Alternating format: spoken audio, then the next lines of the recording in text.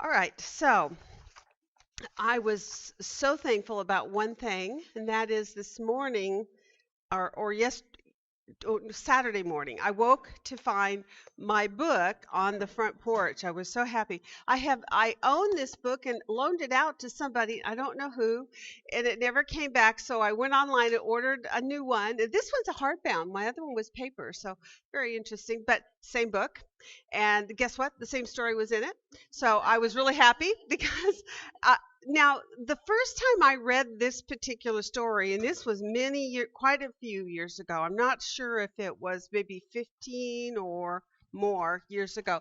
It was back when Saddam Hussein was still in power. Do you guys remember those days? How was that? It was something like the 1990s ish to 2000 ish, somewhere in there where he rose up into power. It might have been longer ago.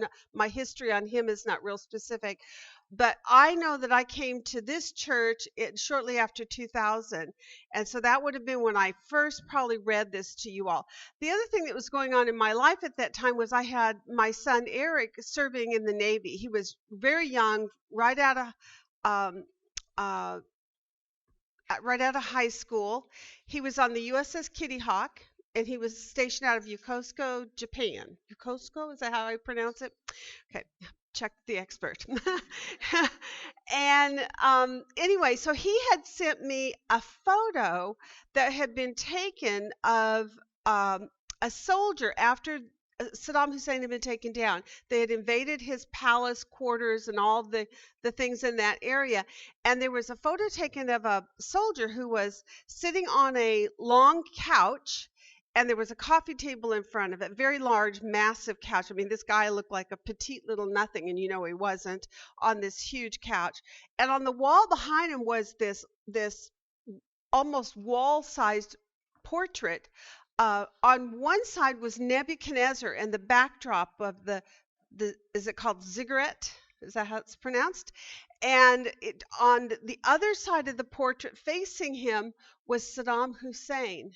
And Nebuchadnezzar was handing him a branch of authority, passing the baton of leadership onto him. So that's kind of the world in which, when I first read this story, this book came into my hands. And so my son had just sent me this photograph, and I've lost the photo, of course, it's with the book.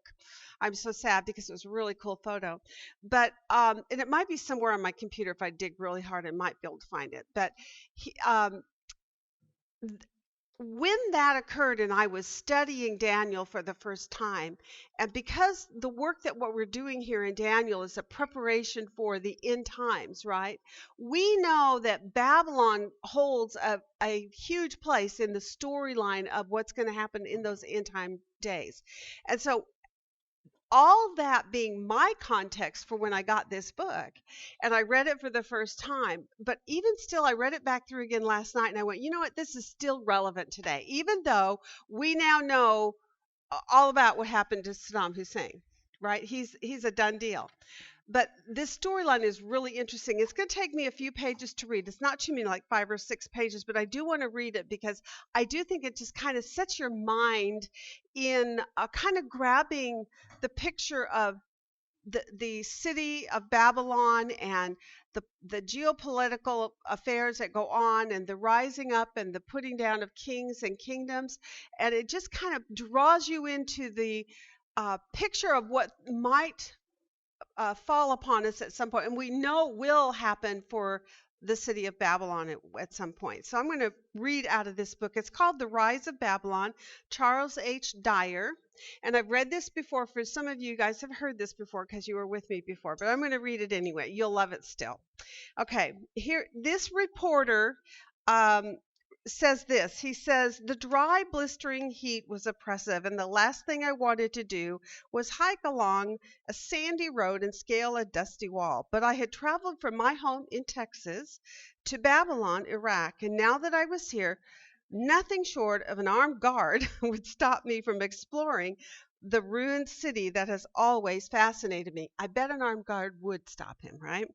Finally, I was alone for the moment in a city that was nearly as old as civilization itself. Perhaps I was standing a few feet from the spot where Alexander the Great died, or where Nebuchadnezzar once mustered over the greatness of the city he had built. Remember on the tower wall, this great city which I have built with my own hands, right? Maybe the young prisoner Daniel had absently run his fingers along this very wall and wished that he were back home in Jerusalem. Or perhaps somewhere in the sand under my feet was a fragment of the symbol of man's rebellion against God, the Tower of Babel. I snapped several pictures of this bleak, undeveloped section of ruins, and then I slipped back over the wall to join the official party of foreigners of which I was a part. Saddam Hussein had invited us to Iraq for a cultural festival to see the beauty of the new Babylon that was rising from the ruins. Like the other visitors, I clapped and smiled for my host at the appropriate times, but something arose from within my soul, a feeling part thrill, part chill. The Bible forecasts the rebuilding of Babylon, and here before my eyes was another thrilling proof that Bible prophecies are infallible. But the Bible also reveals that the rebuilt Babylon will be brutally and suddenly destroyed with such force that not even one stone will ever be used again. I looked down at the Babylonian ruins and saw 2,500-year-old bricks that were ordered into place by Nebuchadnezzar. Over the centuries, thousands of his bricks have been taken out of the rubble and used to build nearby villages. Today, the rebuilders of Babylon are laying additional bricks inscribed, rebuilt in the era of our president, Saddam Hussein. So during his tenure as president there, he was actually in the works of rebuilding Babylon, which explains to you why the photo that I said was of this man relaxing, taking a little nap in front of this huge portrait where the baton of power was being passed. This is the vision that Saddam Hussein had of himself, that he was the next great world power that was being raised up. That's how he saw himself. These bricks, too, should last through the ages. What act of destruction could prevent their reuse? Nuclear war, perhaps? But the Cold War is a fading memory. The United States and other civilized nations of the world have never been more eager for peace and disarmament. When my eyes fell upon a chilling 20-foot portrait of Saddam Hussein, the self-described knight of the Arab world, a man whom some call the Butcher of Baghdad. What does the future hold for Babylon, I wondered. Whatever terrors lie ahead, they are sure to affect the entire world. Extra, extra, read all about it. Madman from Mesopotamia threatens the stability of the Middle East. World prepares for war. Are these headlines from today's New York Times, or are they the cries of a prophet who lived 2,500 years ago? History, it seems, is repeating itself. Descriptions of Iraq's threat to world peace today parallel descriptions of Nebuchadnezzar's rise to power in 605 BC. Once again, the eyes of the world are riveted on the Middle East and the threat of one man. Once again, the world is painfully aware of Babylon. At the heart of the current crisis is Saddam Hussein, president of Iraq. Well known for atrocities, tortures, and ruthlessness, he seems bizarre and unreasonable to Western minds. What are his plans and ambitions? What relationship do his actions have with biblical prophecies and God's plan for the world? Is Saddam Hussein a link to Armageddon, or is he only the latest bead on a long string of would-be world conquerors? Hussein has baffled both his own countrymen and Western foreign policy analysts. While the world struggles to penetrate the enigma of Saddam Hussein, we can find an important God-given clue in the Bible. The key to the mystery of Saddam Hussein is Babylon. From Genesis to Revelation, Babylon occupies a unique position in God's world. Today, once dead city is being riveted by Saddam Hussein, who seeks to establish and lead an international power paralleling the glory of ancient Babylon. Now, the next part of this is going to describe to you an event that took place before the very eyes of this author. And what I think it does is it displays the reality of all these possibilities of what is going to happen in the end times. So listen carefully to this part. He says, it's a cloudless September summer night, and the moon casts its shining image on the banks of the gentle Euphrates River. Thousands of guests and dignitaries walk by torchlight to Babylon's Procession Street and enter the city from the north. Instructed to line the streets along the massive walls, the guests obediently follow orders. When the audience is in place, the dark-eyed man in charge nods, and the procession begins. Rows and rows of soldiers parade in, dressed in Babylonian tunics and carrying swords, spears, and shields. Interspersed among the ranks of soldiers are groups of musicians playing harps, horns, and drums. Clusters of children carrying palm branches and runners bear bowls of incense. Then come soldiers and still more soldiers in a seemingly endless line of men and weapons.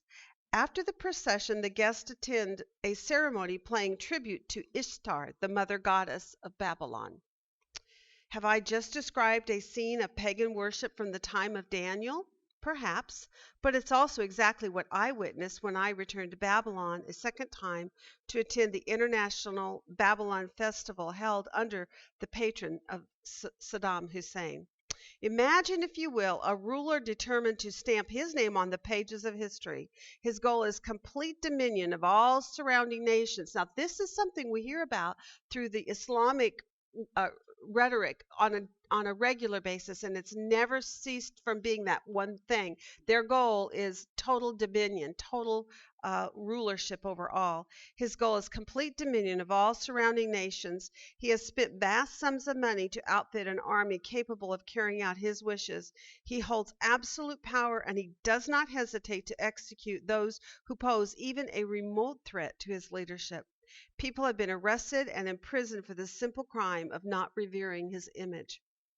Yet his military might is not his only claim to fame. He also sees himself as a patron of culture, of poets, of artists, and of architects. Even the bricks in Babylon bear his name as the personal overseer of its construction. Is this a fair description of Saddam Hussein? Yes, but it also accurately describes Nebuchadnezzar II. The Babylonian king whose empire once stretched from sea to sea. In his day, the lands of what are now Iraq, Saudi Arabia, Syria, Lebanon, Jordan, Israel, and Kuwait were all under Babylonian control. In August 1990, Saddam Hussein tried to reclaim a portion of that early empire when he invaded Iraq. Y'all remember that? Okay, yeah, Kuwait. I'm sorry, Kuwait. Thank you. Good correction. Good job. I just read it wrong. A coalition of nations led by the United States pushed back the Iraqi army, but Hussein remained in control of Iraq. Could he still ever hope to reclaim the entire kingdom of Nebuchadnezzar? Now I'm going to read to you some excerpts of various newspaper writers and reporters that had some interesting input, I guess, at that time. He says this one is a Babylonian chief archaeologist named Shafrak Mohammed Jafar. He says, because Babylon was built in ancient times and was a great city, it must be a great city again in the time of our new great leader, Saddam Hussein. So we talked earlier about paying people to say nice things. I'm just wondering. Then another one here is interesting. It says Babylon will be a great city again. The Bible mentions Babylon over 280 times, and many of those references are to the future city of Babylon that is rising from the fine sands of the desert today. Consider this following biblical prophecy. This is out of Isaiah 13. Babylon, the jewel of kingdoms, the glory of the Babylonians' pride, will be overthrown by God like Sodom and Gomorrah. Babylon was never suddenly overthrown like Sodom and Gomorrah in their fiery destruction. It was conquered by the Medes and the Persians, and it fell into decline, but it was not violently destroyed. Now another one in Isaiah says, an oracle concerning Babylon that Isaiah, son of Amos, saw. And then he goes further down into the text into verse 6. Wail, for the day of the Lord is near. It will come like destruction from the Almighty. So when the prophetic word is given to us about it being destroyed in a completely devastating way is speaking of those end times, right? The day of the Lord described by Isaiah refers to the tribulation period that is to come. Babylon's destruction then will come in the time of tribulation, a short period of time just before the second coming of Christ. Isaiah 14 says this: the Lord will have compassion on Jacob. Once again he will choose Israel, will settle them in their own land. They will make captives of their captors and rule over their oppressors. On the day the Lord gives you relief from suffering and turmoil and cruel bondage, you will take up this taunt against the king of Babylon. How the oppressor has come to an end, how his fury has ended. All the lands are at rest and at peace. They break into singing. When Babylon is ultimately destroyed, Israel will finally be at peace and will dwell in safety. Israel has been a nation again since 1948, but not for one day has the nation of Israel known real peace or ease.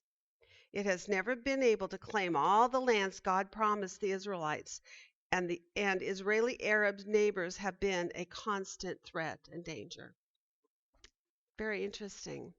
Kind of sets the mood, doesn't it, for where we're heading. The study of Daniel is historically they call it like it's like the skeletal frame of history. And from it, once it's established for you, then you can go into the book of Revelation and plug in the details and they will make sense. But without Daniel, you are left with a big hole of understanding in prophetic end time events. So what we're doing here in our Daniel study is absolutely essential for us to understand what we're going to get into in time when we move into the book of Revelation. And as we look today then at Babylon and the events that were taking place during the day of Daniel, we are really kind of getting, in many ways, a foretaste of some of the things that will happen yet once again. It seems like there's nothing new under heaven, right? We hear that over and over. It seems like these things happen over and over in history, and people like Saddam Hussein rise up. And in this case, I mean, when it was occurring, we all were saying, I wonder, do you guys remember this? I wonder. But as we have now seen, it wasn't him, and he's now fallen. But we do keep our eyes on the end. Why? Because every word of God is true, and these things which he has prophesied will be accomplished. Okay, so that gives us, I think, a foundation. You're welcome. Am I reading? Yes. All right. I actually got through it without totally messing it up. Okay. Now, listen, what I want to do to get us started on what we're going to discuss here is step back to, as a very brief review, and I'm not going to go over all the stuff we looked at last week. The last 2 weeks was a lot. But I did leave you guys last week with one job to do, and that was to go back through your at a glance chart, right? The chart that we developed last week. Correct? And I said, now I want you to go back with this much before you, and I want you to evaluate reading through the text of Daniel again and try to come up with some key verses that will help to crystallize the author's purpose for writing, right? And the way that you do that in inductive Bible study is your determination is guided. What gives you your objective observation for coming to that is your key words. So that's why in your first 2 weeks of homework, marking those key words, right, and figuring out exactly what's flowing, not in an individual chapter, but in the book on the whole, knowing that what that key message is determined for you by looking at your key words. Okay, so keywords lead you to your themes, right? And your theme gives you your title. Does that make sense? It's a progressive thing. You have to start by this huge, massive amount of work of looking kind of at everything. You have to do it in a very objective way where you stay high. Don't go into too many details. At that time, we didn't want to know all the details about what happened to Daniel in chapter 1. But we're going to look at those this week. But at that time, we didn't need that. We needed to stay high and say, what's going on? So you tell me, just as review, what were your key words for the book on the whole? If they just pop to your mind, they should. There you go. Kings, kingdoms, visions, and dreams. Those are, quite honestly, kings, kingdoms, visions, and dreams are probably the most important of the words which give you your subject matters, right? Because we see all about different kings and different kingdoms rising and falling in this book. And we see the names of all these kings. Although the names change, the consistent theme in there, it's all about these kings and these kingdoms. Starting in chapter 1 of Daniel, where it shows the putting down of one kingdom and then being taken captive into the land of another, right? All right. That's some of your subject matters. Now, what about your personages? What in the book of Daniel seems to be the major focus? The Most High God.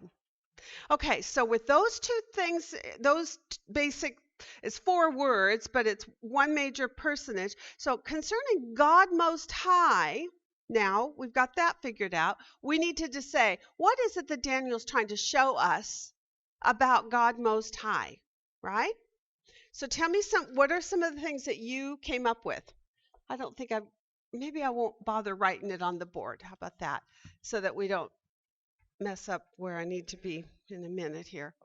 But you tell me, give me some ideas, some thoughts. You should have done this.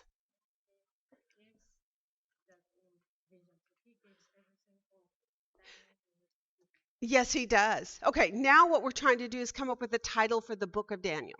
Okay, so knowing that God Most High is portraying himself in a manner where you say he's in control, right? Or he's sovereign might be another way of saying it, right? All right, Martha.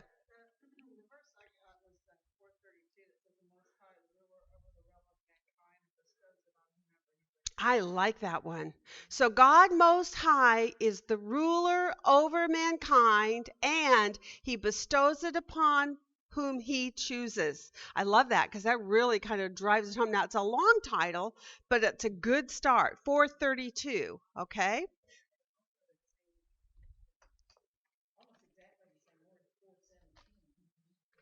Okay, yes, and it says there.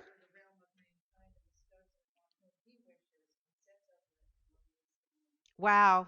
I like that lowliest of men part because that kind of helps people who don't necessarily start out in big places, right? Isn't it amazing how God truly does shame the wise by picking the foolish in the world in the way that he does things? Often he raises up into leadership and into powers of position people that other people wouldn't have even given a second thought to, right? Okay, so 417, God Most High rules and reigns, right, over the realm of mankind. Is that kind of what you got on yours, Kathy? Close? Okay, for a title. Okay, that's a second possibility. I hope you're writing these down because these will give you some things to go look at. All right, what else? Did everybody go back and title their book like I asked? It was actually supposed to have been completed by the close of your homework last week.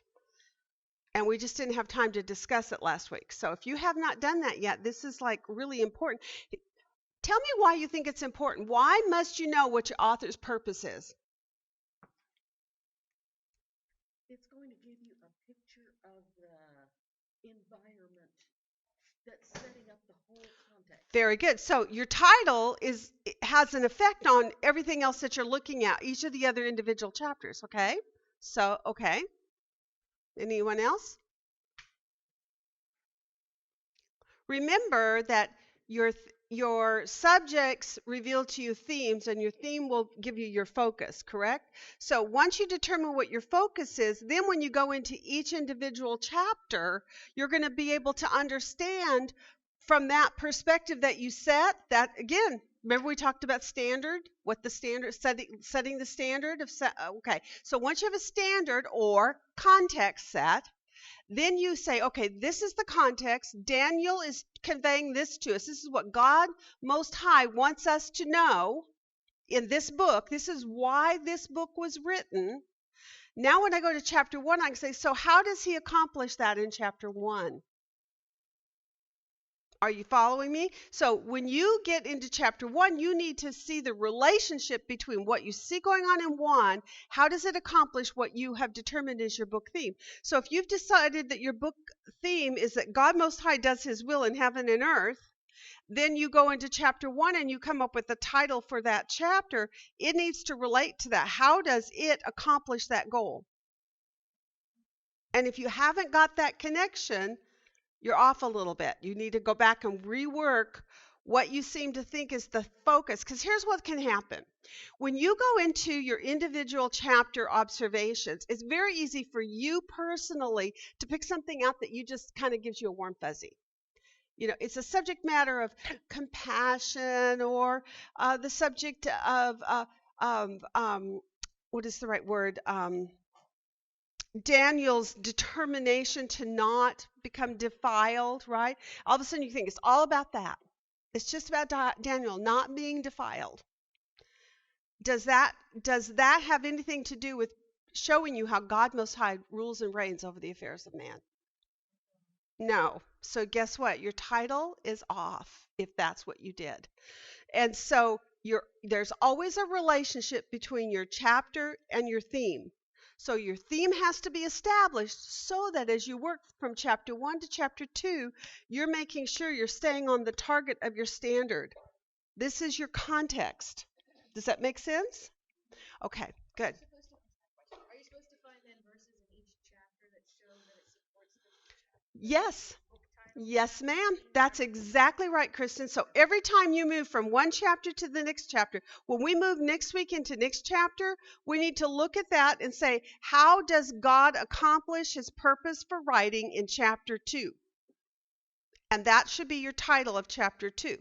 When you get to 3, you say, what in this story reveals what God is trying to convey to us about himself in the book on the whole. Otherwise, we're all guilty of this. We have presuppositions we bring to our table always. And all of us have got kind of little warm fuzzy buttons in us. There's certain subject matters. If you're an evangelist, you just run to the evangelism, right? and if you're a mercy person, you go right into the compassion and love and the soft fuzzy things, right? So you can't help it because that's how we are. But through the inductive process, they give you disciplines. And these disciplines say this, once you've set your context, then you develop your theme. Once you have your theme for the book, then each chapter should be somehow related to what your book chapter title is. Okay? So when your book is titled, you have to relate your chapter information to it. Okay.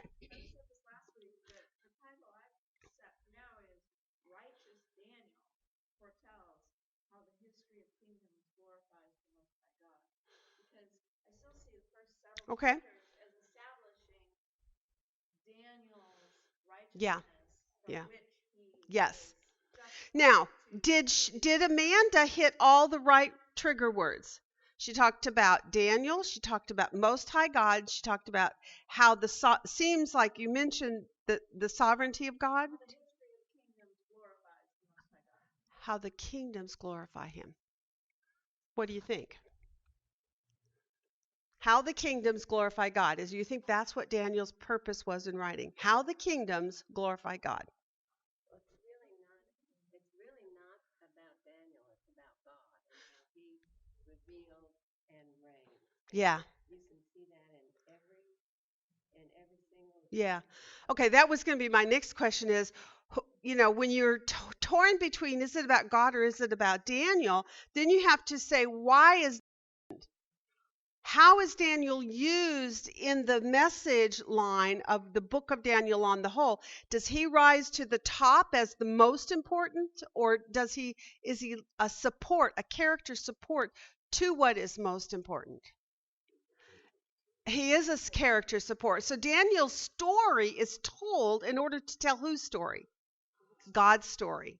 So that can help you narrow although you've got a really good start on that, I would narrow it where the focus is more about the Most High God and what is he conveying about himself through Daniel.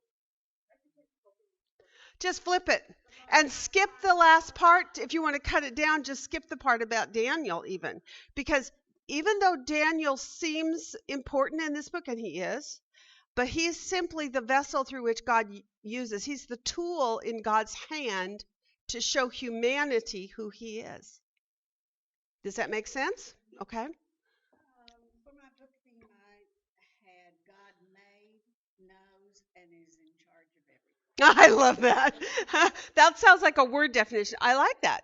That's very good. Now, what I would suggest is now that you've crystallized that much in your mind about, seems like these are the characteristics about God that he's trying to convey. Now you read through the book of Daniel on the whole, just kind of read through the whole thing. And every time you come across a verse that seems to edify what you're trying to say and crystallize it through the words of that what are actually written. Anytime you title, you should try to use the exact words out of the text and then use a scripture verse as a street address. That's your point of validating that you've picked the right thing. Because if it's your words, it's probably going to be skewed in some way or another. But if you can use God's word, then your target is straight on, because it's what God said that matters, not how we feel about it and our interpretation of it, right? It's really easy for us to translate what God says into our own way of thinking, our own speech, our own pattern of speech. But when you're trying to discipline yourself to learn inductive methods, what you're trying to do is get on board with God, not God to get on board with you. Does that make sense? So you got a great beginning. I like every single thing that you said. Now find a verse that says that and put it in the words of the written word of God and give a street address. What chapter? Is it chapter 2? Is it chapter 4? Is it chapter 9? Is it what chapter are you finding in it that conveys that? Okay? Okay. Yes. Hilda. Yeah, no, go right ahead. Oh, okay. I'm going to put this out here because I have to find out what I did wrong. Okay. I'm listening to everybody sing, and I put King of Babylon, BC, Judah. Now, that's for chapter 1, correct? Mm-hmm. We're talking about the book title. The whole book of Daniel, how are you going to title it? Okay, that's where you got lost. Yes. See, I still feel like Daniel is so important because he shows how God is honoring. Yeah, he is. He is important. He shows what is important about God and who God is. So what does that tell you about what the major theme is in the book? Is it about Daniel or is it about God? It's about God. Okay. The whole book's about Okay. So I think have we all pretty much come to that understanding at this point? This is really essential in this book because it's all through his story that we're going to look at, as a matter of fact, that these things are demonstrated and displayed for us. But he's the tool in God's hand. He's not the major subject. God Most High is. Did you get that kind of not, like, people that might be confused, since you had that whole chapter in there, he doesn't have anything to do with how come God saves these people Right. elsewhere. Yes. So that kind of, That's a really good point to bring up, Kristen, in the context of this conversation, because when you hit chapter 9, he's not even, or chapter 4, he's not even mentioned.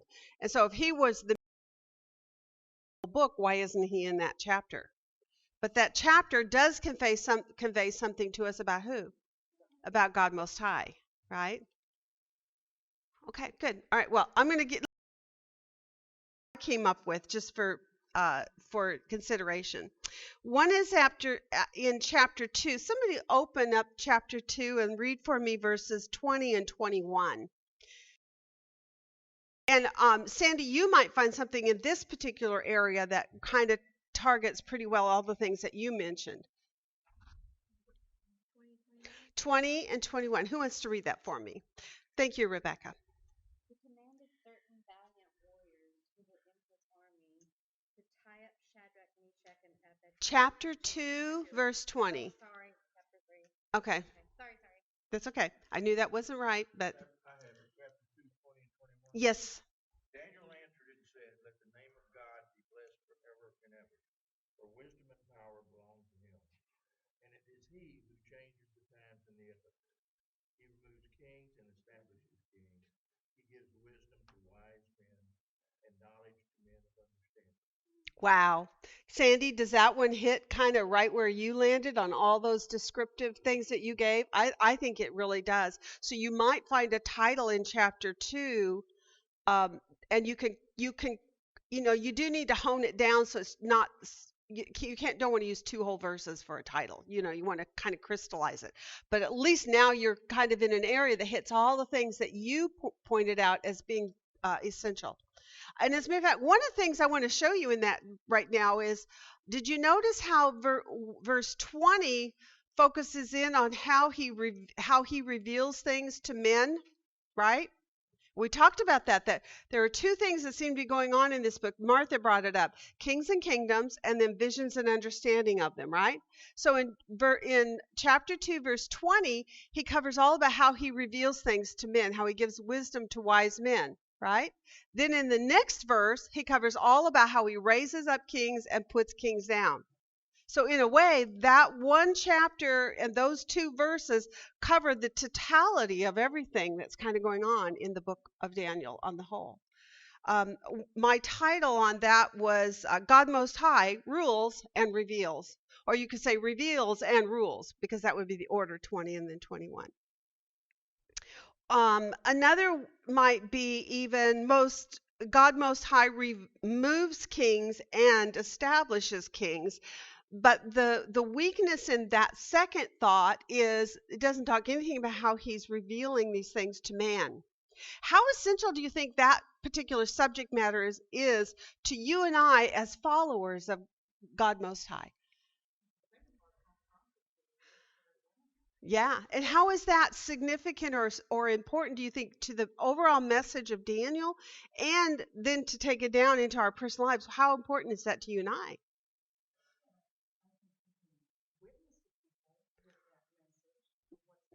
Sure. How important is prophetic words from God and the fulfillment of them in your ability to affirm who God actually is? It does. And how does it build your faith? Yeah, well, that's what I was going to say. It just increases your faith. Why? Well, There you go. He says it and then he does it. And by the way, what God is there in all of the religions that we're familiar with, where God predicts something even hundreds or thousands of years ahead and then fulfills it? Think about Israel, the nation. We just read in the book here on the rise of Babylon about how it talked about 1948, Israel became reestablished as a nation. How long had it been not a nation? For like 1,000 years, which gave rise within Christendom a false teaching that there was this replacement of the church with Israel, the nation, right? So the danger in that was, what had man in religiosity done concerning what God had said concerning Israel, his nation? How did they fail? There you go. God gave a prophecy. He said, this is what I'm going to do. Did you remember when I also just read in here what he said about Babylon? What Isaiah has said about Babylon? What God is going to do in Babylon in that day? Now, we look around our world, even yet today, even though Saddam Hussein came in, he was a flash in the pan, right? But at the time, it felt real. And it was a little bit unnerving to kind of sit through it and see what was going to transpire. And then suddenly he's gone. Nebuchadnezzar came and went. So did Saddam Hussein, right? But yet, God's word endures forever. And what God says he will do, he does do. So he has made a prophetic utterance concerning Babylon. He's made a prophetic utterance to you and I concerning Israel. These prophetic utterances for you and I, as we see things coming true, these just absolutely affirm our faith and our trust in God. We know that God says and he does. And so we can believe him. Isn't that amazing? This study is one of my absolute favorites. Okay, we're done with that. We did that pretty quickly. Let's move on now. So now we're digging into this week's homework, and we are not going to get through all my notes. I can guarantee it. But I will do my very best to try to hit on the highlights at least, and hopefully we can get as much done here as we can. Let's start with, if we consider our theme that God rules and reigns over the realm of mankind, as we're looking at this, or that he both rules and reveals, right? In chapter 1, we don't see a lot of revealing. However, we see it if we understand the historical background, don't we? Okay, so it's very interesting because Jeremiah made a prophetic utterance, had he not? It was a shorter term prophetic utterance, but he told Israel what was going to happen.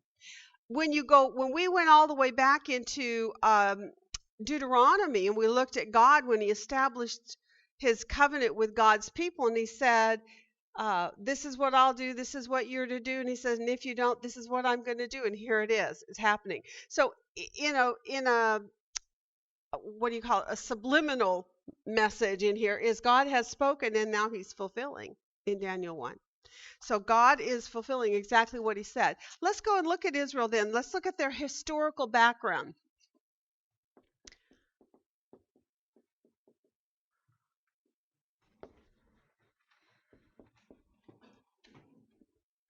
Okay, their historical background. Now, this was Deuteronomy 28 and 29 that you looked at.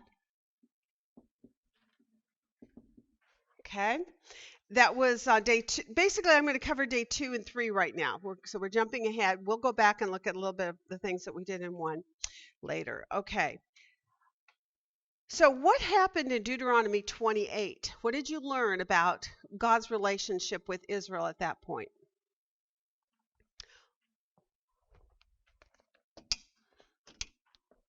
What took place in Deuteronomy 28? Come on.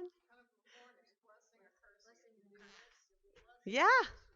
The Israelites were entering into a covenant with God, were they not? So in 28 or 28 and in the first part of 29, what you see God doing is laying down the parameters of a covenant, correct? So what we see is Israel entered a covenant.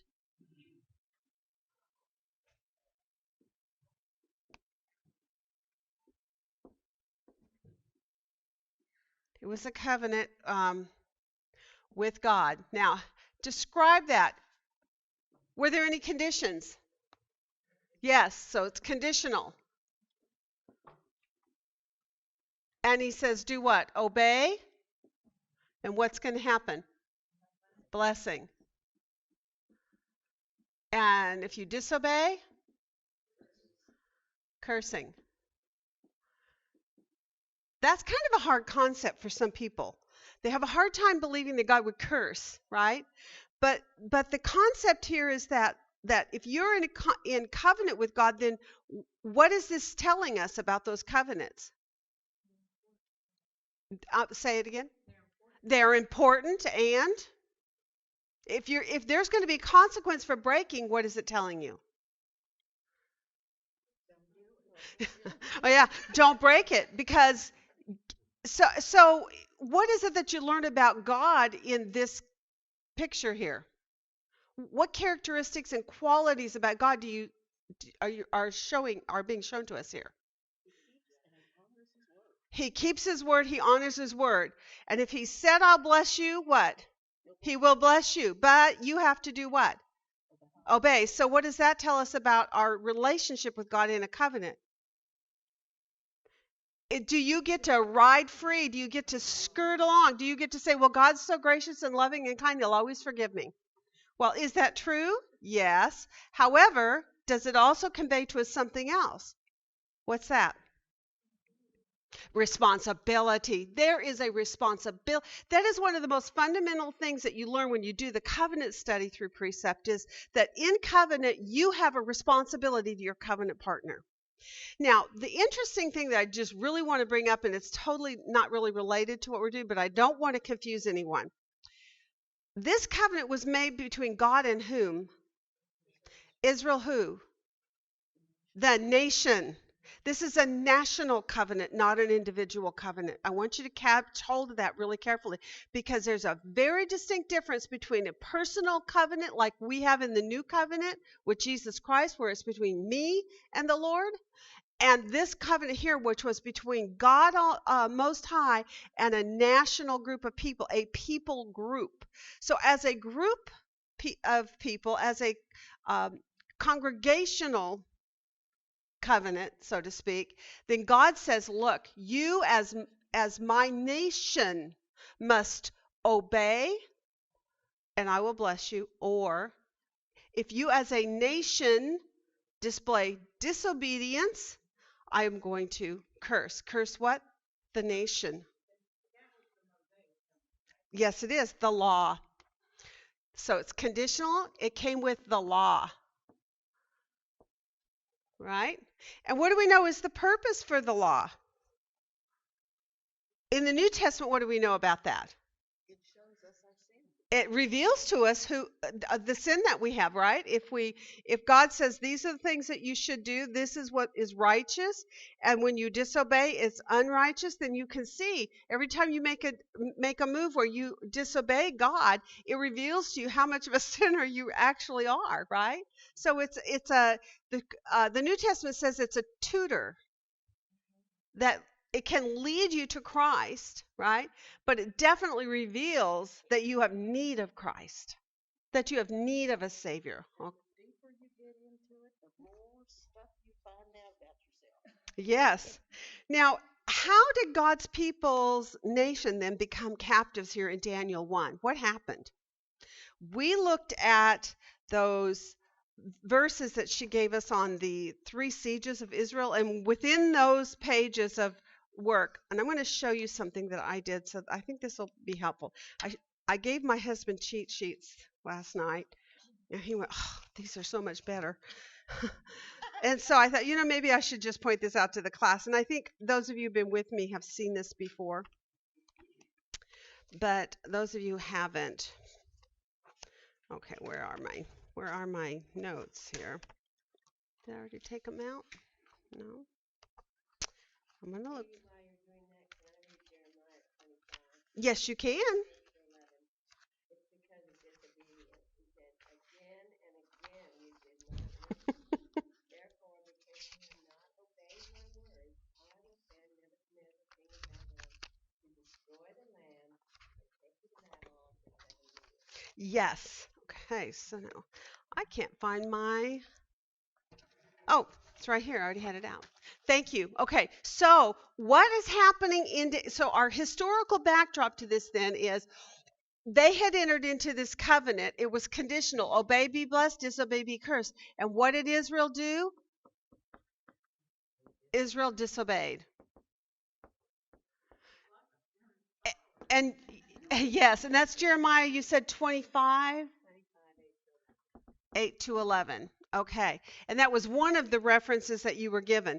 Now, let me just tell you what to do. From now on, if you ever have a multitude of things where she's asking you to kind of put things together in this way, where it's like almost overwhelming, because I saw my husband struggling with this. He was flipping from one page and flipping back to the other, and it became, and also it was hard to keep track of things. And then she'd ask the next question. You have to go back to that same chapter you just were in, right? So this is what I like to do. I did a cut and paste, and I did 3 columns. And I know for those who've been with me, you know this, but for the rest of you, this is something that will be a tool that's helpful. All I did was copy and paste each of the verses into these 3 columns. Thank you for Precept Ministries.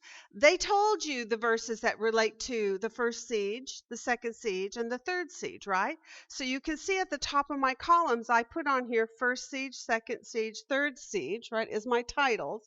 And then underneath, I put the verses, I just cut and pasted into the column underneath the information about them. Then what I had when I was done is 3 sheets of paper that I could put out before me. I didn't have to flip my pages to my Bible anymore. Everything was right there, and I could even color code, as you can see, which I did. Like I put blocks of yellow and blocks of pink and things that related to it. And as I marked sin, which gave me all my answers to why did Israel end up where they are in Daniel 1? Because of their sin. And what you see by looking at all these verses is over and over again they did this.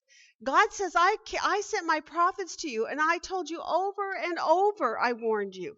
And what's interesting to me is even on the whole concerning how God went about the very outline of this. How many sieges? 3. Did we determine how long these things took to accomplish? Did you notice? Judah's 3 sieges. Let's put this up here.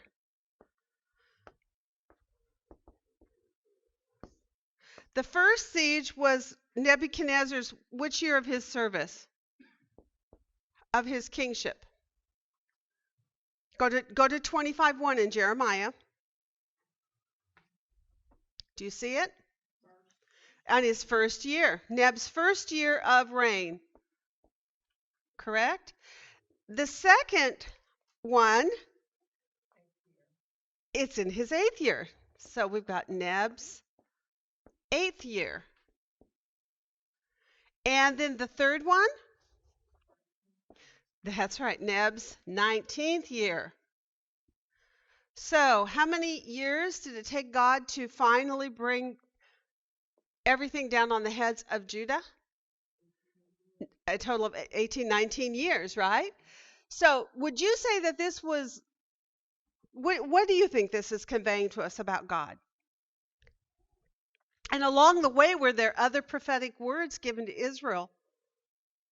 How many times? Who else went back besides Jeremiah? Who else went to Israel and was telling them, look, you're sinning, you're committing acts of abomination, you're doing evil in the sight of the Lord. How many times they did that? Who besides Jeremiah did this? Ezekiel. And Ezekiel, by the way, who went into the first? Who was taken captive in this first siege?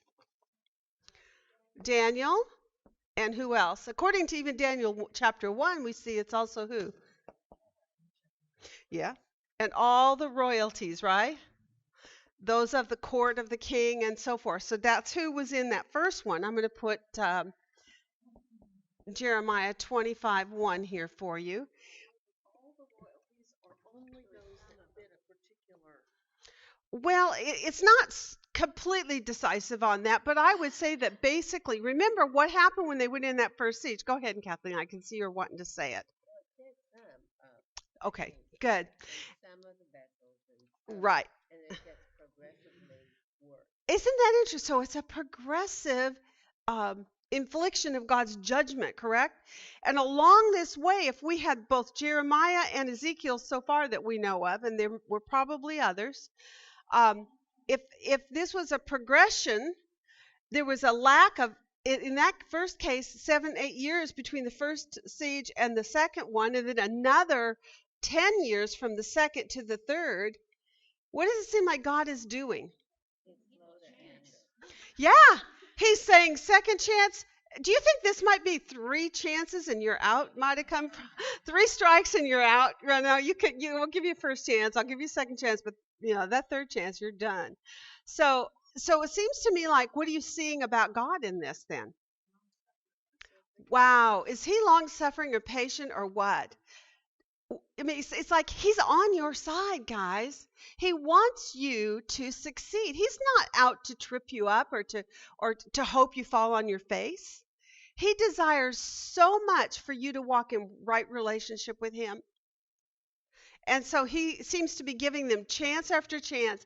And as you read through all those cross references that you saw over and over how either individual kings, it says, like for instance, Jehoiakim or Jehoiakim, right? That he did evil in the sight of the Lord his God. So how did they get into the place? Israel disobeyed, and specifically we see here in 2 Chronicles 36, verse 5, it says that Jehoiakim was 25 years old when he became king, and he reigned 11 years in Jerusalem, and he did evil in the sight of the Lord his God. So he was both a spiritual leader but a political leader for Israel, the nation. Yes, that was their job. And as that leader, he did what? He did evil in the sight of the Lord. And what is God's covenant with? Was it with an individual, Jehoiakim, only? No, it's with his nation. And he is in what position concerning that nation? He was the leader, the ruler. So if he's the ruler or the leader of the people, and the people are going to be following his example, right? Then what God is saying here, I'm going to let the people know through my written word what he did was evil in my sight. So do you guys remember, for those of you who were doing the kings and prophets with me, right? We just kind of did. What was it that God did every time a king completed his tenure of ruling? Yeah, did. Told you. What were the two possible verdicts of these people, these rulers? Yeah, he did evil in the sight of the Lord, or he did right in the sight of the Lord. Those were the two things. And you know what's very interesting to me is when you think back on the ones who did right, and we didn't look at David when we did that, but let's use him because he's such a commonly known one for all of you.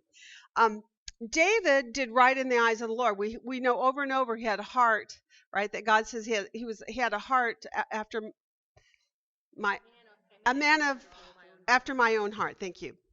So, since we know he did right in the sight of the Lord, and for David's sake often is mentioned as we did those studies, individually as a person, was David perfect? No. And yet, what did God deem his rulership era? That he did right in the sight of the Lord. So isn't that interesting that a ruler of a nation, now we can kind of make some application to that today, don't you think? You can have a ruler over your nation who, as an individual person, may have many flaws in their character. And they may not handle all the affairs of their life in a perfect way that we would consider, quote, sinless, right? And yet, what is he doing for his nation? Is he doing righteousness in the sight of the Lord?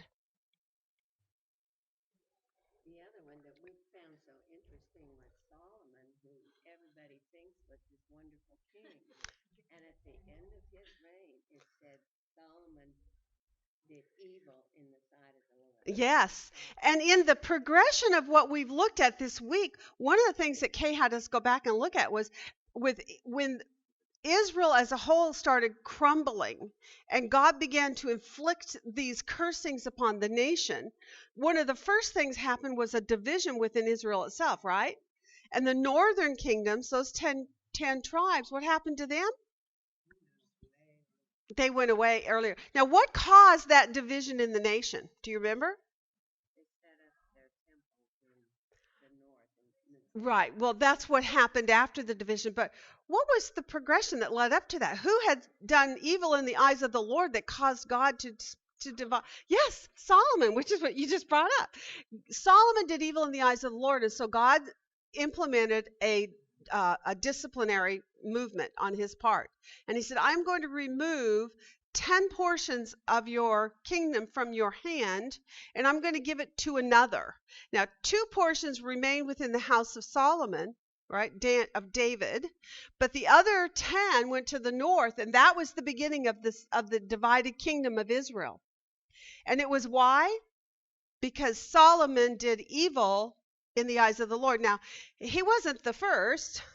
We saw Saul before that, where God literally took the kingship from him. Then we saw David come in, and God made covenant with David and promised that he would always have someone upon the throne. And there are prophetic inferences that speak to the coming of the King of Kings, Jesus, right, through the bloodline of David.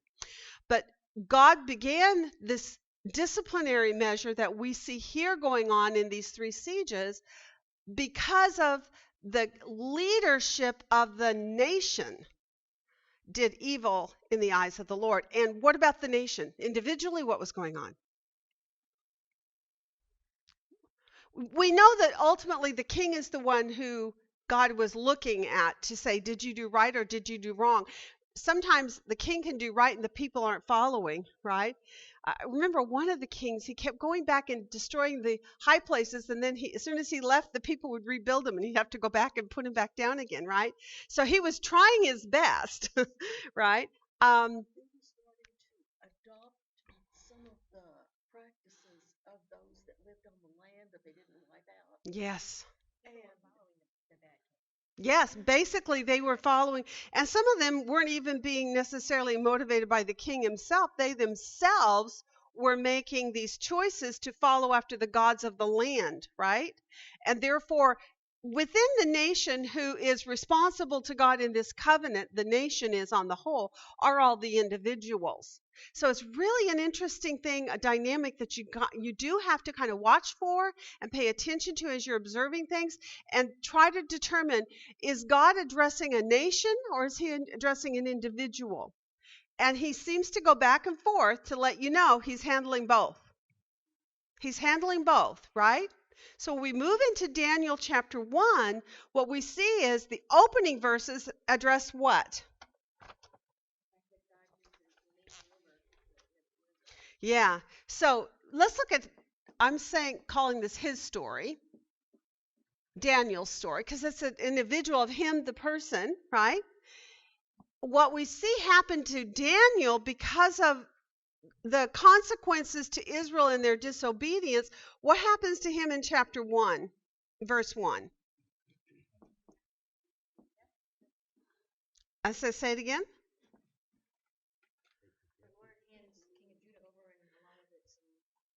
Okay, so he gave Judah and Jerusalem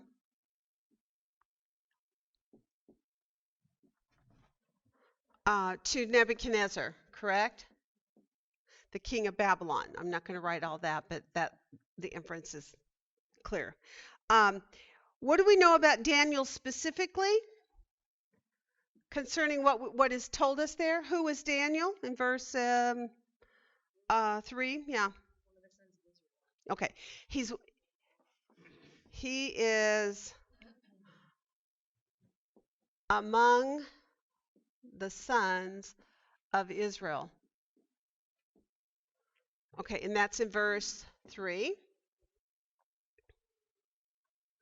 And he was among those nobles, basically, that were then brought into. That might be a good point to put up there. He was among the nobles brought in. Okay, just because it kind of gives you an idea of who he is as an individual, that he had come from privilege, right? He had also come from probably very skilled training, he wasn't just a plowman, he wasn't just a craftsman. He was among those of the elite who had been raised in privilege, but also raised with a lot of education, right? And so that's who Daniel was. That's his story. Now he's gone from being in the palace and living among this privileged position. Now he's taken into captivity and he's now a slave. What a big difference in your life that would be, from being one who is being waited upon to now what? Being that servant to others, right? And under duress, as a matter of fact. Now, let's talk about his test, okay? Because we know that there's a test later that Daniel asks for. But we also see that Daniel himself is being tested, would you not say? So I think that there's kind of a secondary point in this. It says that he was among the sons of Israel.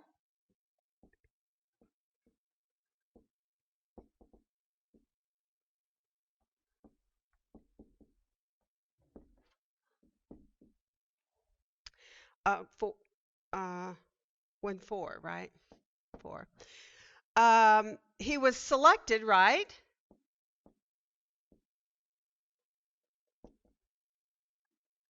For training. And the reason I lay this down as a point to what was going on concerning his test is because what then happens because he has been selected for this kind of training? What happens in his life?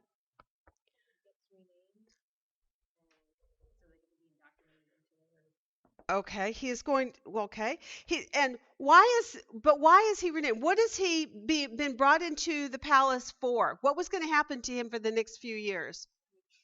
Training. He went into, how long was that training? A 3-year training. Yeah, 3-year training in Chaldean literature and so forth, right?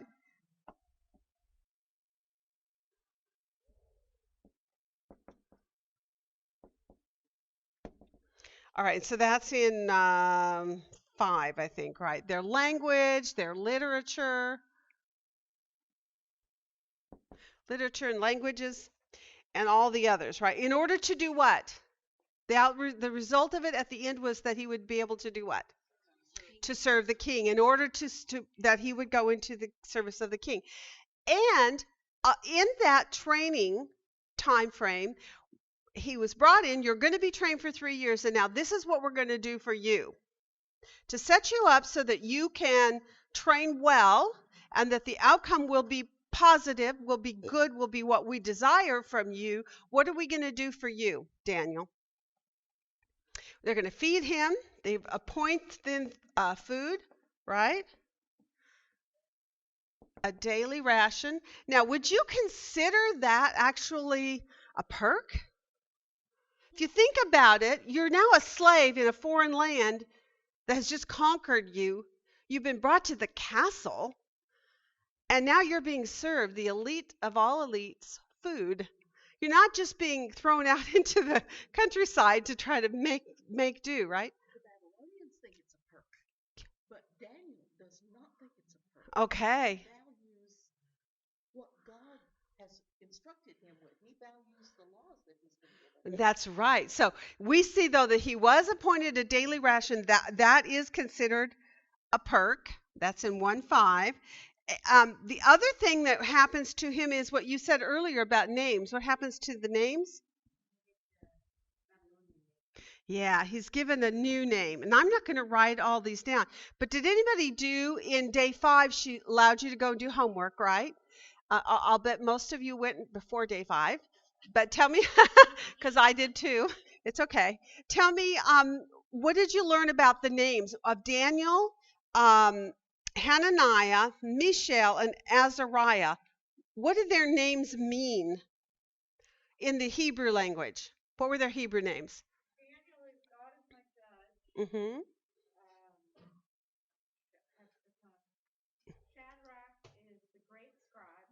Hananiah is, Hananiah is God has favored. okay. Mishael? Mishael is who is what God is. Okay. And Meshach, his new name meant guess the king. Well, we missed Azariah. Yes, and Azariah, Jehovah has helped. Okay. All right. Abednego meant servant of Nebo. Okay, so what you see is all 4 of them in their Hebrew names, what were their names associated with? With God, Yahweh, right? Their God, God Most High. And then when the new names were given, then we come to Belshazzar, Shadrach, Meshach, and Abednego, right? Which is really sad because I can pronounce all 4 of those very easily, but I cannot handle their Hebrew names, which just tells you how pagan our little minds are. Okay, but Belshazzar, his name was very much like the name of the king at the end of the kingdom's reign. Did you notice? In a way, I'm wondering if there's some kind of a connection there that God also wants us to make. I haven't figured it out yet, but it just seems like there's like the beginning of the book and the end of the book, and the end of the book is the taking down of Belshazzar at the end of that reign of Babylon. But his name Belshazzar means what? Okay, that's interesting. I don't have that one, but that's okay. And who was the king? I mean, the god. Who was the god? Bel, B-E-L. And any others? Yeah. May Bel protect his king or his life. I mean, there's a variety of things. This is one of the things I found was interesting is you go to more than one commentary, and there's slight variations of how they give you for translation, but they are all very similar. And the similar quality is that all of them, when they got their names changed from their godly Hebrew names, which glorified God Most High, what were they given? Pagan god names. What do you think was the design in that? Yes. Wouldn't you say that? I mean, if every single time I spoke to you, I said, may Bel protect your life. And I called you that by name instead of by your name, your given name. So instead of Daniel, he's being called, may Bel protect his life. That's really sad. I read somebody in a commentary. No, I shouldn't have, but anyway, on Abednego, he was named after a fire god. You know what? That is another thing I saw. Now, interesting, because on the one hand, the fire god is talked about. He's also the god of writing and vegetation, which I thought was weird. Like, what a weird combination, right? And yet, he's also called the fire god. So I don't know if that has to do with pictorially how he's in imagery, if that's how he's visualized. And through that fire god comes vegetation and literature. I don't know. I never could quite figure that out, and I never found a commentary to explain it. Did anybody get any more on that? Okay. It really doesn't matter. What we know is the one thing about you can know about these ancient gods is they transcended through the ages. And what they would do is, as each generation or as each new kingdom came and rose and fall, they would grab hold of a god or goddess. They would even sometimes change their name. It might be Diana one time and then something else another, right? And so then, because they would change names, for you and I, we get really confused, but they would hold on to certain qualities of each of them, and then they would add to them according to their determined outcome or goal. So in other words, they designed their own gods for their own needs. Whatever agenda they were trying to push upon their people, they would give them a god for that particular part of quality of life. But what I think is interesting is when you think about the multitudes of gods, so they had a god for literature, they had a god for vegetation. That's what this one god is, right? Bel, or no, not Bel. It's actually the one that you're talking about was Nebo or Nebu, right? Which Abednego came from, correct? It's in honor of their god of writing and vegetation. But Nebu was the son of the god Bel, who Nebuchadnezzar was named after. Nebuchadnezzar. Neb's name comes from that mark. So that what'll happen then is each of these gods have some kind of a quality. The name is added into their own personal name, and it gives them identification. Now, review. Covenant. When we study covenant, what do we learn about new names? That's right. So when you walk down the aisle and you get married, what does the wife do in order to enter into covenant with her new husband? She takes on his name. And now his name is her name, and those two are joined together, right? And therefore, there's a new identification of that individual with the covenant partner. And that is exactly what you're seeing in all of these situations. I think it's also interesting, in just kind of looking at this subject on the whole, isn't it interesting that we have a God that handles it all? They have a God for this and another God for this and another God. What if you missed giving your tribute that week to one of them and your water supply stopped or something? You know what I mean? That's how it was with them. They had to go and give homage and give. As a matter of fact, when I was doing some of my other reading and research on these ancient gods and goddesses of this time, one of the things they talked about was how one of these kings, I think it was the Emil Marduk, who was called the evil Marduk, that at some point he became so what is the right word? Just focused on architecture and the rebuilding of things, and he loved the antiquities, and so he was rebuilding things, and that's all he wanted to do. He had gone off to a certain area to do all this rebuilding of things, and he wouldn't even go back to Babylon for these very big ceremonial things for these different gods like Bel, right, or others, and he got all the people really mad at him. So that's why we think that the idea of evil Marduk may have come into play, that they were angry, the people were angry. So it isn't just our generation where we have people calling people names and identifying them with. So evil Marduk, right, is because they were mad at him because he didn't come in to do what was expected as a politician of that day, to come in and give homage to this particular god. All right, so interesting. Any other thoughts on some of that historical background? One commentary talked about the names as they were given were different than what Daniel recorded them. Yes. That the Babylonian name Shadrach was really Shadaku, after that god Aku, and that he changed to Shadrach. Same thing with Meshach was Meshaku changed.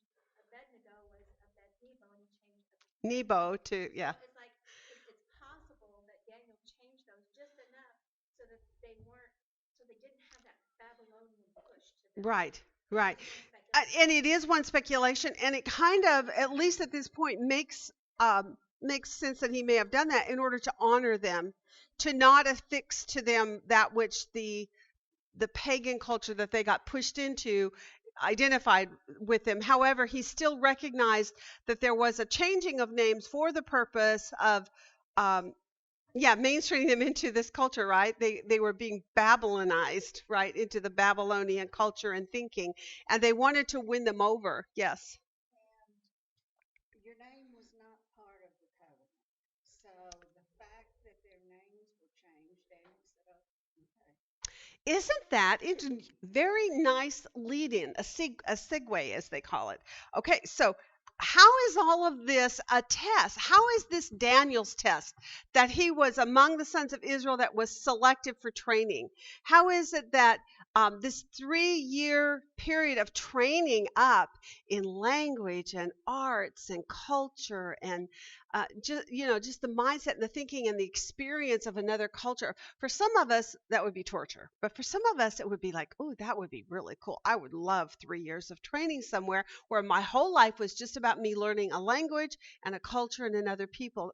Missionaries go through this, right? When they get ready to go on the mission field, they get taught in the cultures and the ways.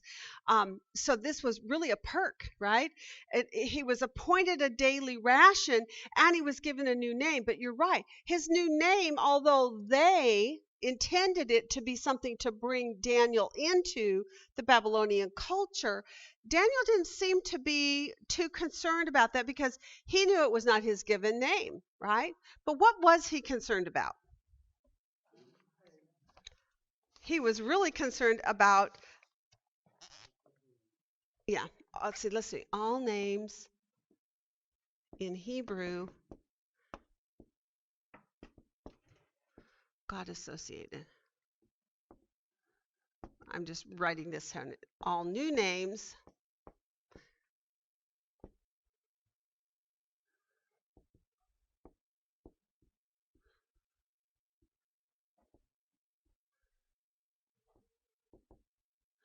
Okay, so that's something we learn about what happened to them. Their names give them a new identity from the perspective of of what they were doing with them as through their training. But what we see here is Daniel had some previous training, though, right? We looked at that. What did we see his previous training was? We looked in Leviticus 11 and also Deuteronomy 6.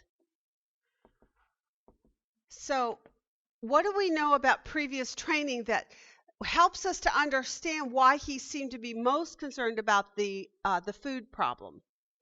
What happened in Leviticus 11? What was it about?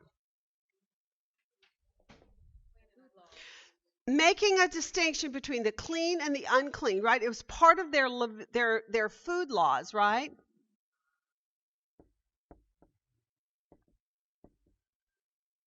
Okay, that's in Leviticus 11. And we know that he was taught what?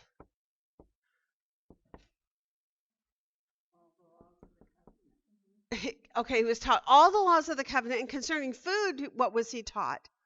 Exactly what to eat and what not. Yeah, there you go. The distinction between. Okay. So of all the things he had to change when he went to Babylon, that was the only thing that came to his. Yeah. The clean and the unclean. So we can see then that for him, this became an issue. Now, what do we learn then just from this little part here about his upbringing prior to coming to Babylon? Deuteronomy 6 kind of took us there. For those of you who did go and look at that. Basically, his parents must have really followed the law because Yeah. they taught him, because he knew right away this is going to be a problem. So he was apparently taught, right? Well taught. Well, they obviously practiced it. Yes, in Hebrew regulations. And he hung out with friends who did the same. Okay, so that's out of Deuteronomy 6. All right. So this is what we know, Daniel's previous writing. And therefore, Daniel, he proposes a test, right? Not only is he tested, his test was, I'm going to give you all these perks, Daniel. You're going into captivity. Now you're being held, but you're going to be treated among those who are privileged again. And here you are in the midst of all this, and you're being given all these bennies, so to speak, as a captured what do you call them? Not a refugee. What do you call them? Pardon? Prisoner of war. There you go. POW. Okay, so now he's in this POW camp, but he's being given the finest of the fine and being well trained, fed well. I'm sure he got all the best of the clothing, all the best of everything, right? And so in that, then the question is, so what are you going to do with the situation that is given to you when it's an obvious conflict with what you've been taught concerning your God? I was just thinking, Daniel and his friends, when they grew up in nobility, and they had all the training and learning, and today, my time when I was growing up, and I grew up in a neighborhood, we were outside playing, but the children, the Jewish children, was either at the Heck House, which is like a boy and girls club, or at the synagogue learning Mm-hmm. constantly. Yes. So even to this very day, the Hebrews are very diligent about training up their children. Isn't it interesting? That is the one thing that has lasted down through all the ages, is the idea that they understood their responsibility before God to teach their children the law of God and the workings of God. I also find it very interesting. The one thing that they've held most fast to are those things which are more superficial than the heart of it. You know, there's another passage Scripture talks about that he desires obedience over sacrifice. You know, God has laws in place that he wants them to obey. Now, why do you think he gave them the law? What is the function and the purpose of all these rules that he gave to Israel as a nation? Safe and also keep them separate from everybody else. Okay, I like in particular the second part of that has to do with them being a separated people, right? What was their design purpose as a nation? Why did God pick out a nation to put his name upon and to go into covenant with them alone? What was his design for them as a nation? There you go. The bottom line, you are to be my people, my holy nation. You are to glorify me in all the world. One of the repeated things in Ezekiel was when God was about to cast them off the land, the one repeated thing he said over and over was, what is he going to do one day? I will vindicate my holy name, my name which you defiled and defamed before the nations of the world, right? In the third chapter of Genesis, after the fall, God said a seed would come forth from the woman. Mm-hmm. Not seeds, one seed. Mm-hmm. That seed was Jesus, and it was coming through the Abrahamic line. Yes. So there was also them being used by God as a tool to bring about the redemption of all humanity, right? For all peoples. Right. So we see now Daniel's previous training helped him along so that although he was being put to the test, now he proposes a test, right? He proposes a test. Now, why is that? What had he decided? What was it that the scripture tells us what were the working up to this test? He refused to defile himself. It says that he made up his mind.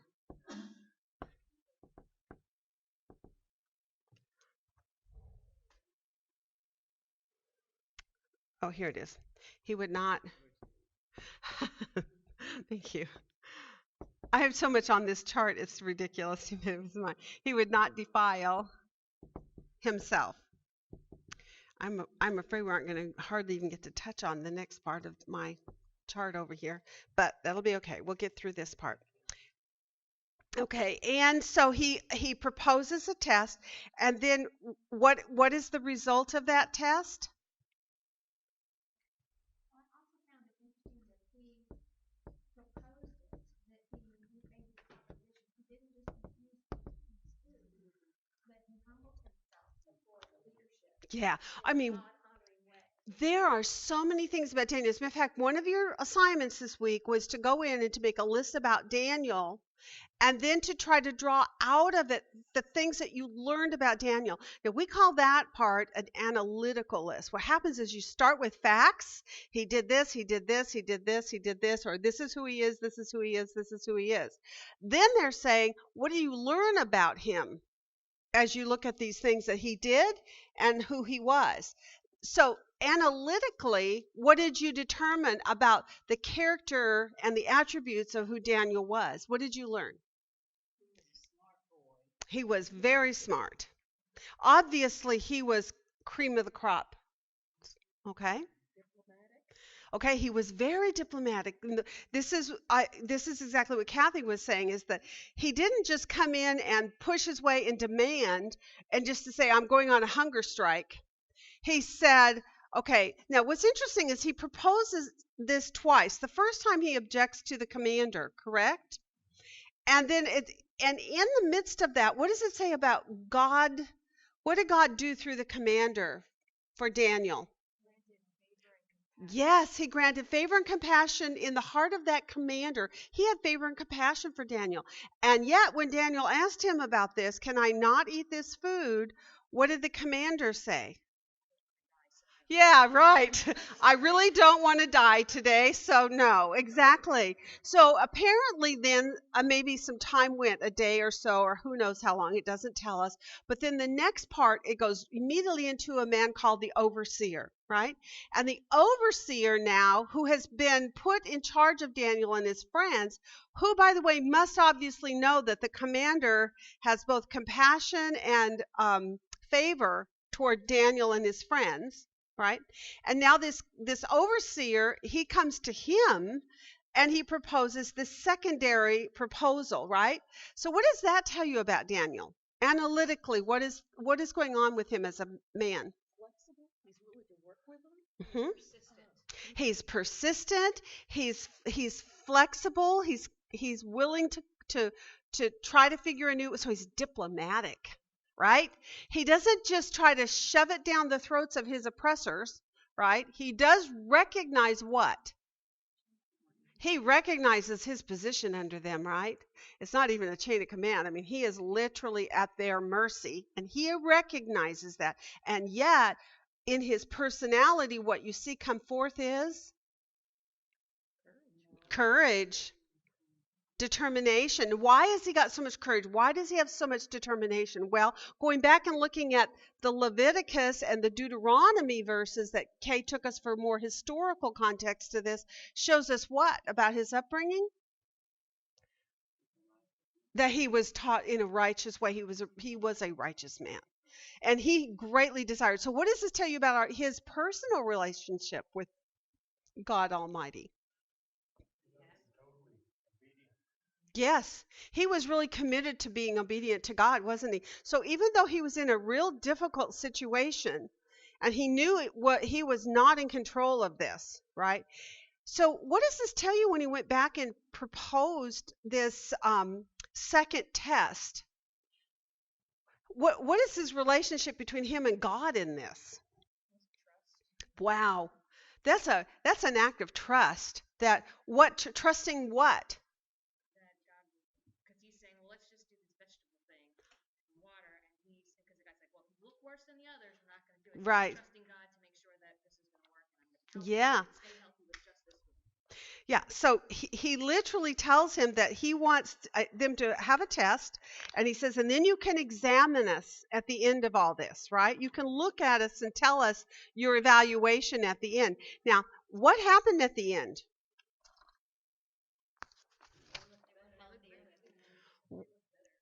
They looked better. Interesting.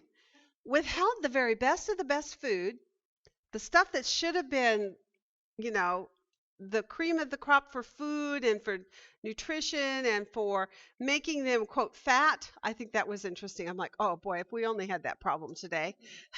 Try to make us fat. We're all working on staying skinny, right? Because we eat too much. But Daniel needed to be fattened up. He was a young boy who probably was lanky at that point, right? And so what happened at the end? He was fatter. That was a positive. He was fatter at the end of it. His appearance was better. And so the end of that, they don't tell you, but what does that indicate to you is going to happen from that point forward concerning his food? He would be able to continue to eat the way that he knew would keep him undefiled before God. Now, this is really cool. What is the problem with the food? What did you learn in your commentary work on day 5 about this dietary food of the king? Well, the laws were really complicated. This type, but not this type. And for Daniel, he can't be sure that what he's getting fits because it's right. Meat stuff. Okay. Concerning what the kings did eat, what do you know? What did you learn? It all been blessed by their little. Exactly. One of the biggest issues was it had been defiled because of the fact that it had been offered up to their false gods first, and therefore because it was presented unto the god of whatever, Baal or one of those, that therefore the food itself was actually defiled in that it had been blessed by their god. Okay, so the food did not conform to, which one of you told me, to the requirements of the Mosaic law, right? It was Kristen, sorry. And now we also know that it was probably blessed by pagan worship system, right? So that was not good. Royal food was routinely sacrificed and offered to pagan gods, and therefore, someone look up this verse for me. Exodus 34:15. I just want to let you see it in the text where this is actually addressed by God earlier when he's giving them the law concerning foods and what they are to eat and what not to eat. Who's got that for me when you get there? 34:15 of Exodus.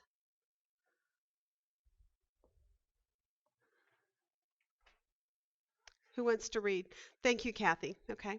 Lest you make a covenant with the inhabitants of the land, and they play the harlot with their gods, and sacrifice to their gods, and someone invites you to eat of his sacrifice. Okay, so he's basically telling them, do not do this. Do not entangle yourself with the people of these pagan worship systems, right? It's like when God, in Deuteronomy early on, God says to them as they're entering into the land, do not let your sons marry their daughters, nor your daughters marry their sons, lest their pagan worships bring you down. And when they bring you down, it'll make you sin. And when you go into sin, he says, and at that point, what am I going to have to do to you?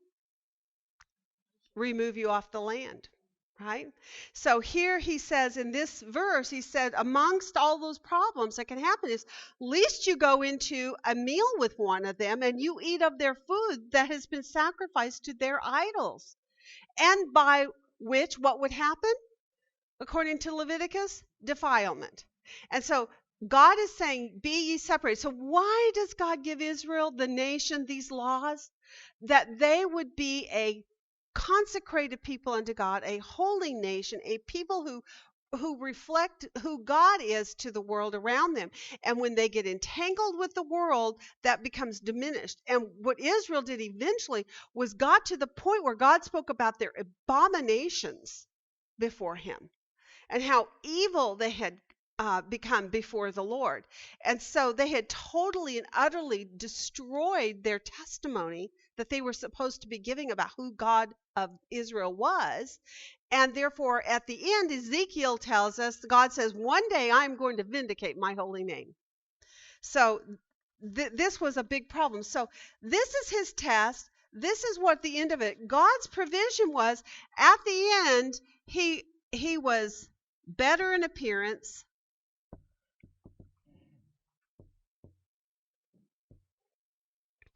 And also, therefore, then also, because he had found a way to honor God, God was doing what for him? He was making a provision. And when God did this, the result was he not only was better in appearance, but also God did what for them? Gave them knowledge and intelligence in every branch of literature and wisdom. Yeah, so he gave them knowledge, intelligence, and this is verse or chapter 1, verse what? 17. Okay. And better was one that they were better in appearance. Well, that's 15. Thank you. Okay, I found it. Okay, what I thought was interesting, the test was for 10 days, right? I don't know if there's a connection in this because I didn't see anything in commentaries, but in verse 20, what does it say? When tested by the kings, what? They were found to be 10 times better. Did anybody else make that connection between 10 days of testing and now they're 10 times better? I just thought, I wonder if there's something there. I don't know, but I just thought it was very interesting. They were found 10 times better. And the final result was they entered the king's service. Now, I'm going to show you something else that I think is so cool about this whole story. Entered the king's service. See, that was 120. That was 121, I think. Something like that. Or 19? Something like that. So, 19? Okay. I thought I might have got that wrong when I did it. Okay. All right, that tells you how many times I've read it, right? In Deuteronomy 29:9, it says, so keep the words of his covenant to do them. This was back in the Deuteronomy portion of this. He says, keep the words of this covenant to do them, that you may prosper in all that you do. But let me tell you something. Did you notice that the text switches the identification of Daniel and his friends? I'm going to write it over here. The first time they're introduced, they were among the sons of Israel. Correct? That's in verse 4. And then later, how are they called? Now they're called among them who? Israel.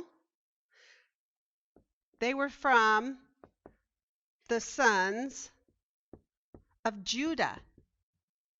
Now, this is really cool. I was listening to a teaching by a Hebrew pastor who's a Christian, and he was talking about the play on words here and how things change. And he says, God never makes a move from one identifying marker to another without having a design purpose. I mean, it's deliberate. It is not just no big deal. We're just going to give you, another identifying marker.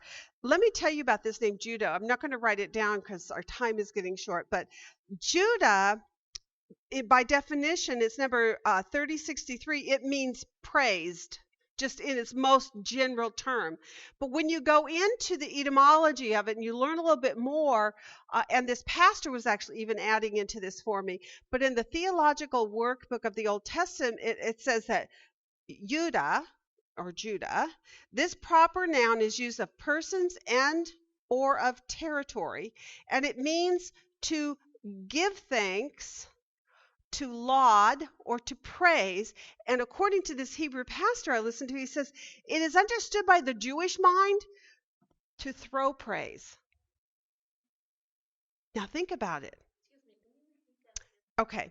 He says that the term is not just meaning to give thanks or to give praise, but in the Hebrew mind of the way they think of this, it's to throw praise, right?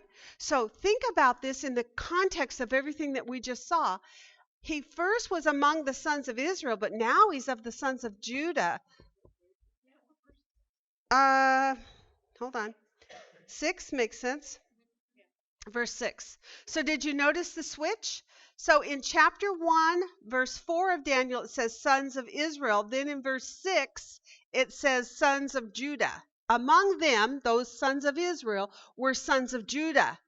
And then they distinguished the 4 names of Daniel, Shadrach, Meshach, and Abednego. They don't say it that way, but that's my word. Okay, those 4, Daniel and his 3 friends, right? And now they switched the name to be sons of Judah. Now, in the Hebrew reading of this, they would receive this as being a part of the corporate nation, right? Now to being Judah, who are those who throw praise. Who do you think they throw praise to? God. Isn't that interesting?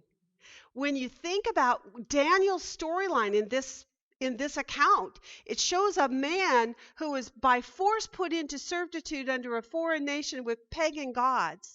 He finds a way to diplomatically and with great poise work it out so that he could not defile himself before his God. And by doing that, what is its function? He throws praise to God. Now, Isn't that? ties in there with the purpose of the book. Yes.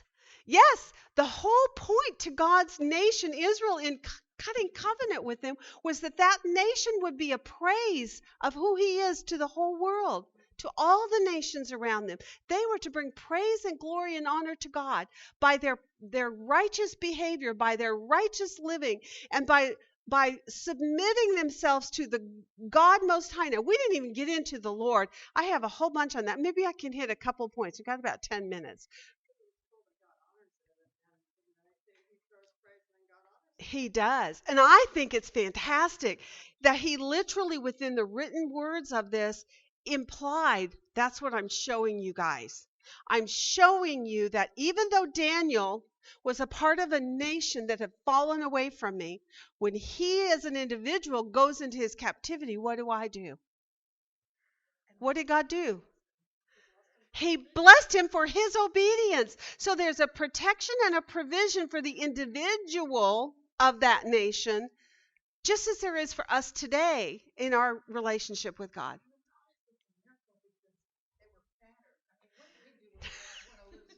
We go to vegetables and water, which is what I'm on right now. Exactly. I know. And I'm hungry. But do I look fatter?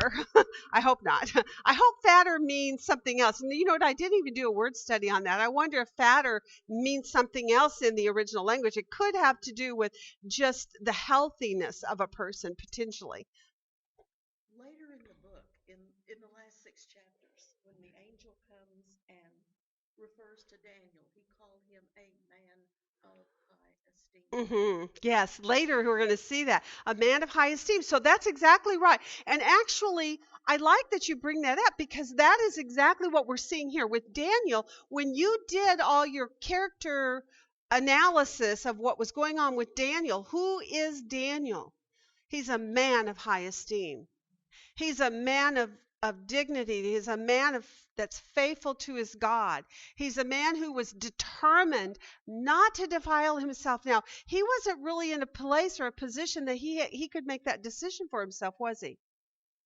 But what happened when he determined not to defile himself? What did God do? He swung open the doors of opportunity for him. And he caused the commander, who apparently had an influence upon the overseer, to give compassion and understanding toward Daniel and his situation. And it seems to me, through the way that they laid out this storyline, the commander would have done it for him, but he was worried about his life. And so when you think about Daniel's test, okay, then let's try a test. What do you think that was in Daniel's relationship with that commander? What was he showing the commander by the way he handled that? Yeah, I'm going to prove that you're not going to get in trouble, and I'm also concerned about you and your life. I don't want you to suffer either. So let's do a test, and let's do it for a limited amount of time. And if after 10 days there's not improvement, if you see us looking worse, then we'll submit. But Daniel, in that, proved his God faithful. He also, God blessed him because of his commitment and faithfulness. Wow, what a great thing for all of us to learn. Think about our own lives and the things that we, without duress, we're not under the thumb of a slave master, right? And yet, what do we often do when it comes to the world and the pressures of conforming to big compromises? So here we learn a man who would not compromise. So these are all points. Now, Kay has said what you're going to be doing now from this point forward is you're going to begin your list on Daniel and a list on God. You're going to look at it from two perspectives. Number one will be a list that are pure facts, straight from the text to your paper with your scripture reference. This is what Daniel did. This is where he was. This is what happened to him. This is, these are the facts, right? And then on the other side of it, I want you to say, what quality or characteristic are you learning about Daniel that might benefit you to embrace for your own life? Are you faithful? Are you fully committed to God? Are you persistent in doing righteousness rather than unrighteousness? Right? Okay. Now, we've got just a couple of minutes. I do want to go back and look about the Lord. Now, what did we see about the Lord in this text? Give me some of either the verbs or the adjectives concerning God that you saw in chapter 1. Okay, the Lord gave. Okay, so and that's in 1:2, and it goes on to say he gave Jehoiakim, king of Judah, into the hand of Nebuchadnezzar. Now, that word there, Lord, the Lord, is number 136. Did anybody look that up? Anybody in here do a word study? I know she told you, she didn't ask you to do that, but I'm going to stress it again.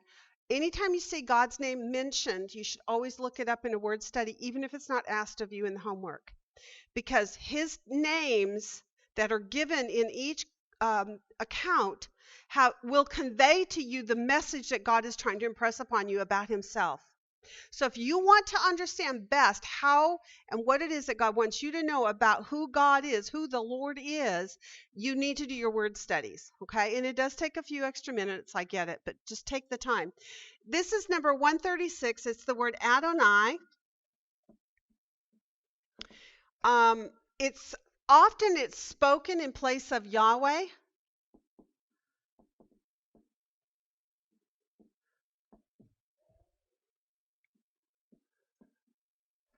Just so you know that, because it often, the reason they do that is because it's reverential.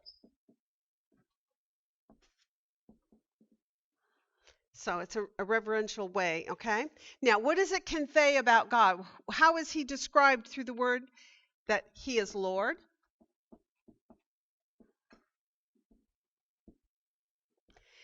He is Master. He's also the true God with focus on authority.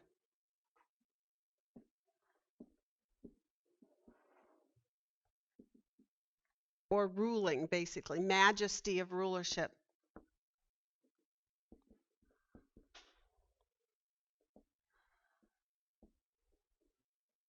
Okay, that's, boy, what do you think?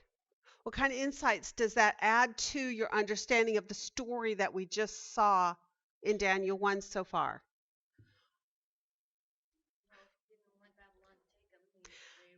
Okay, the very first line in chapter 1, verse 1, where it says that the Lord gave who?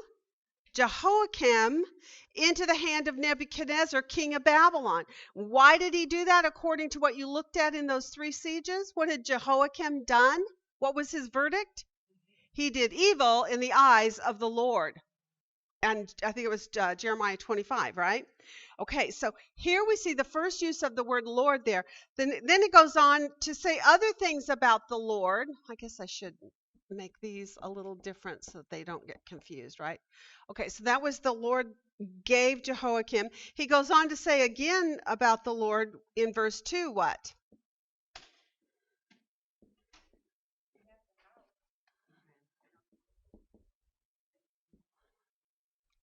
The Lord gave Jehoiakim.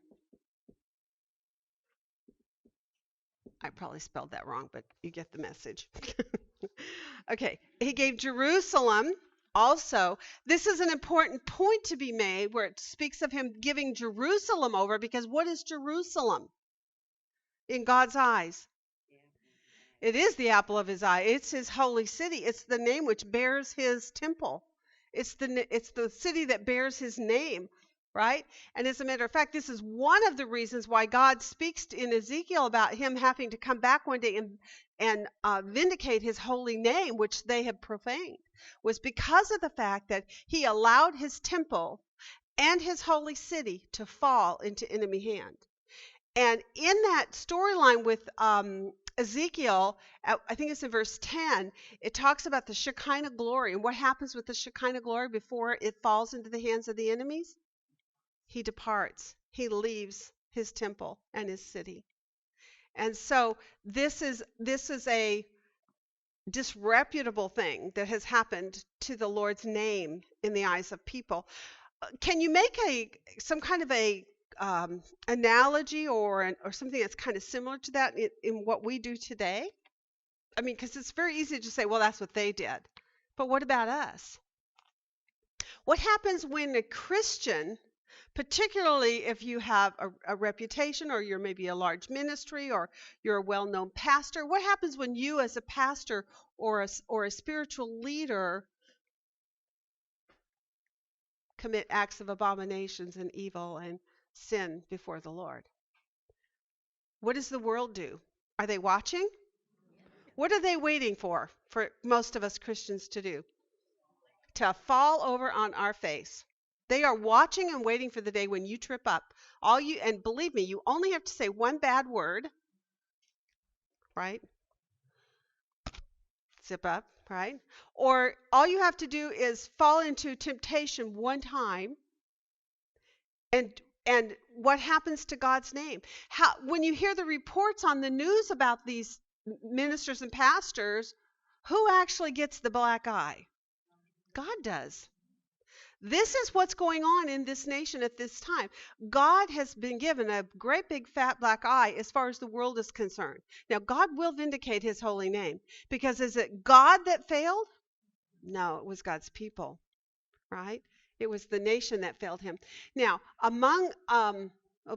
so we see he also gave Jerusalem, which tells you something also about the Lord. What does it tell you then about the Lord, that he's willing to give up Jerusalem to the enemies and to give up his king, his rulers of his nation? Why did he do it? Because they had what?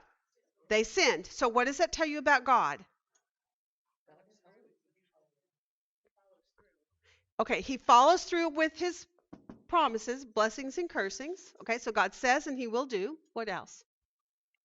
What else did you learn about God from this? Okay, so he's sovereign to do what he said, right? If he tells you, I'm going to do this, you can count on God's going to be able to do this. Okay. There you go. Why do you think he's dead serious? What does this tell you about his attitude towards sin? Yes. Do you remember in doing your overview when you hit chapter 9 of Daniel, and Daniel's in prayer? And what is the prayer conveying at that point? What is he saying in prayer? Oh, big time. The sins that we have committed, the wrong that we have done, and he's a total bearing of his soul and saying, and Father, your holy name, right, was brought down because of our deeds. And so what this shows us when we look at the fact that God was willing to give Jehoiakim, the Lord was willing to give up Jerusalem, is that he hates sin enough that he will allow judgment to come upon those who won't obey. That he brings judgment on those who don't submit to understanding that he's a holy God and you must be holy. Do you remember one of the verses we looked at? It said, I can't remember where, but one of the verses in there, I think it might have been in Leviticus. It was in Leviticus where it says, why are you to discern between the clean and the unclean? I am the Lord your God. I am a holy God. Therefore what? Be ye holy. Why? Because you're representing me. If you bear my name, Katie is a Christian, and you walk in the world of filth, they should be seeing a shining light on a hill. You shouldn't be blending in with the world. Okay, so something we learn about who our God is, yes? When we look at what happened to Jerusalem and how he chose Babylon, he always, when God destroyed, he always has people that he wants to raise up from that. Like, Noah and Yes, always. He's looking for him who, I think it's in Chronicles, it says, as the eyes of the Lord go to and fro about the face of the earth, looking for him whose heart he might fully support. He desires to support us. And I think it's interesting, the intimacy of God. On the one hand, he's overseeing a nation who bears his name, but then individually he comes down into the life of Daniel, an individual, and says, you matter. And I will deal fairly with you, even though I'm still judging the nation that you are out of. So what does that tell us about the end time events that are coming ahead? We don't need to fear. That, there may be some hard things that'll come. We might get taken up into it or captured up into it if we're not gone. I think we're gone, but that's just my opinion. However, but even if we're not, it's just like what Shadrach, Meshach, and Abednego says. Even though I may not be saved out of that fire, what? I will not bow. There is one more title I want to do right, and then I'm going to close this up very quickly, and that's the word God, because God comes up in verse 9. And that one is number 430, and it's Elohim. Okay, the name Elohim. It denotes God as creator. That's the first thing. Now, I think this is important, in particular in this context, because why? If he's the creator, who is the creator of? Us, everything. And concerning Israel, what is he the creator of? Israel, the nation, right? Remember, one of the things that we have studied in years past as a group is that how God called Abraham out of a land of the Chaldeans, but he also had promised it all the way back in the Garden of Eden that he was going to bring a seed, and one day he promised that same seed to that man Abraham, who he called out of the land of the Chaldeans, right? To become Israel, the nation through whom God said, I want you to glorify my name in all the earth. And now you failed me, so now I'm going to discipline you, but I'm still going to work through people like Daniel and his 3 friends. Even in the midst of my judgment, I will still be glorified. But he is God creator, so he's called God creator. He is also the true God. Under that title, he is the supreme God. I'd like you guys to do your word studies on this for yourself, if you can. but it also creative, the supreme God, the true God, the creator God. It's the God of might.